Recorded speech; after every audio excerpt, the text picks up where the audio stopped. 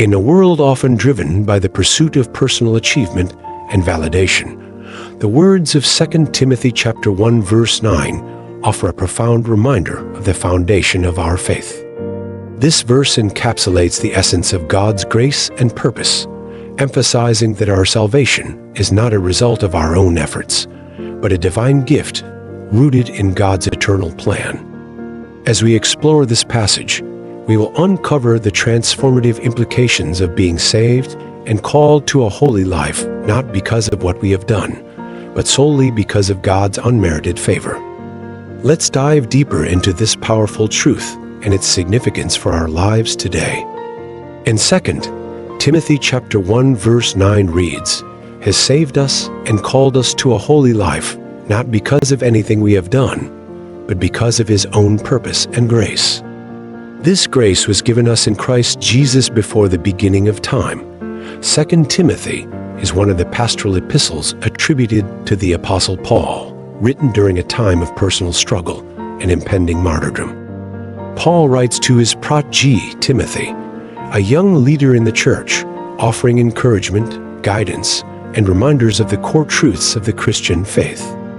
In this letter, Paul emphasizes perseverance in the face of trials, the importance of sound doctrine, and the necessity of living out one's faith boldly.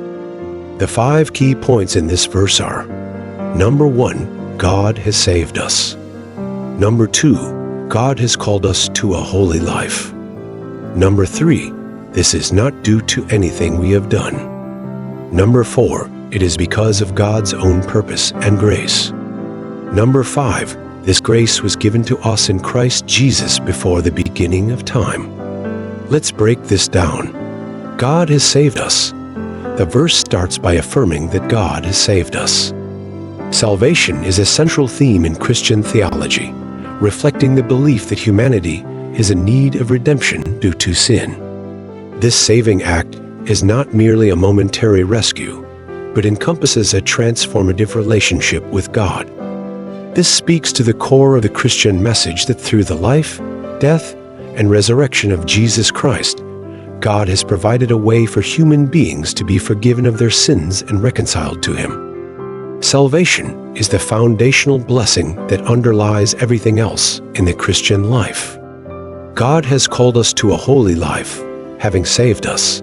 God then calls us to live a holy life. Holy means set apart for God's purpose, dedicated or consecrated to God, embodying moral integrity, spiritual growth, and a commitment to live according to God's standards. Holiness, in this context, is about being distinct, reflecting God's character in everyday living. The implication is that as those who have been saved, we are now to live in a way that is pleasing to God, reflecting His own character and pursuing His purposes.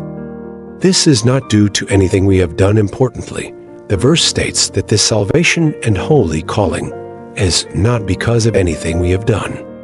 The human inclination is often to believe that we can earn God's favor through good deeds or moral behavior.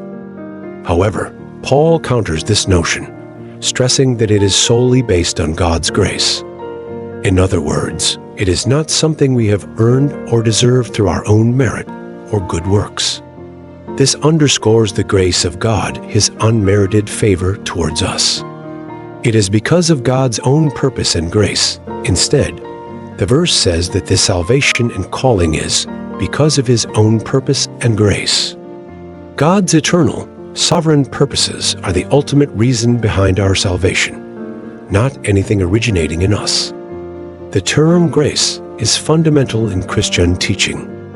It refers to the unearned and unmerited favor of God toward humanity. This grace is an expression of God's love, mercy, and kindness, underscoring the belief that God initiates and sustains the relationship with humanity. This grace was given us in Christ Jesus before the beginning of time. The final part of the verse traces this grace back to its origins before the beginning of time. This speaks to the eternal, pre-existent nature of God's plan of salvation. Even before the world was created, God had purposed to redeem humanity through Christ. This grace was not an afterthought or a reactionary measure, but part of God's eternal, sovereign design.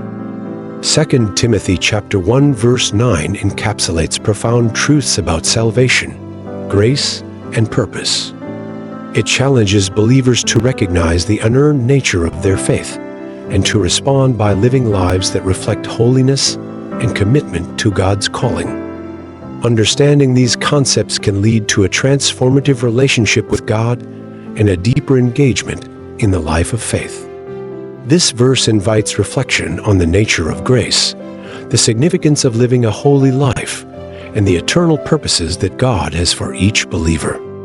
By embracing these truths, Christians can cultivate a faith that is robust, transformative, and deeply rooted in the love and grace of God. The important implications are, it humbles us, reminding us that we are recipients of God's unmerited favor, not the authors of our own salvation.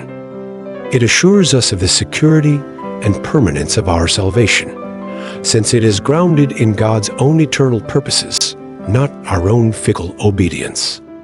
It motivates us to live holy lives, not out of a spirit of fear or legalism, but out of grateful response to God's gracious work in our lives.